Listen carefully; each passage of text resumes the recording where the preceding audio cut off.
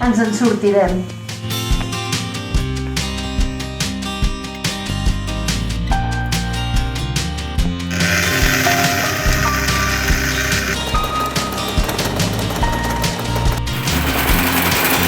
A Sant Feliu de Guíxols ens quedem a casa per seguretat.